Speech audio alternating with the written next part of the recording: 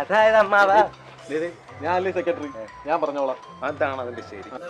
നമസ്കാരം സാർ, ഞങ്ങള് കഞ്ഞിക്കുഴി പുഞ്ചിരി ക്ലബിൽ നിന്ന്. ഓ ആയിക്കോട്ടെ.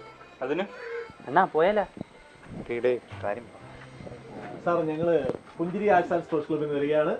ഈ ഒരു സമയത്ത് ഒരു സഹായ ഹസ്തവുമായി എത്തിയിട്ടുള്ളതാണ്.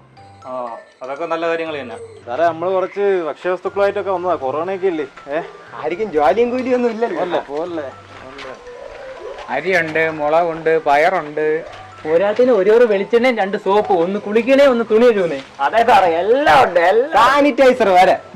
അതാണ് നമ്മുടെ പുഞ്ചിരി ക്ലബിന്റെ പ്രത്യേകത. ആ കൊള്ളാം. നിങ്ങൾ കുറെ നല്ല കാര്യങ്ങളൊക്കെ ചെയ്യുന്നുണ്ടല്ലേ. ഏതായാലും നിങ്ങളെ പോലുള്ള യുവാക്കളെയാണ് ഇന്ന് സമൂഹത്തിന് ആവശ്യം.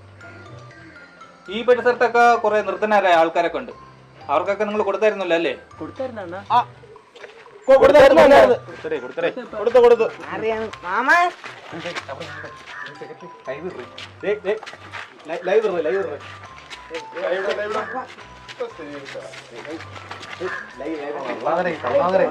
എല്ലാവർക്കും അവസരം ഉണ്ട്.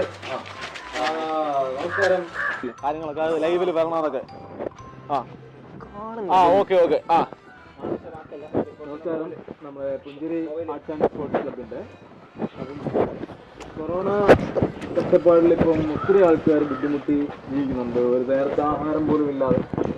അപ്പോൾ അതിനു വേണ്ടിയിട്ട് നമ്മുടെ പുഞ്ചിരി ആർട്സ് ആൻഡ് സ്പോർട്സ് ക്ലബിന്റെ വകയായിട്ട് കുറച്ച് അരി, പഞ്ചസാര അങ്ങനെയുള്ള സാധനങ്ങളെ കൊടുക്കുന്നുണ്ട്.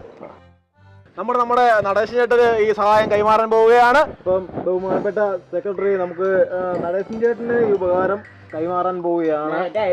ഉപകാരം എല്ലാം ഇങ്ങടുത്താണ് ഒരു സഹായം. ഭക്ഷ്യധാന്യങ്ങൾ കൈമാറുന്നു. അതാണ് ചേട്ടാ പിടിക്കേട്ടാ.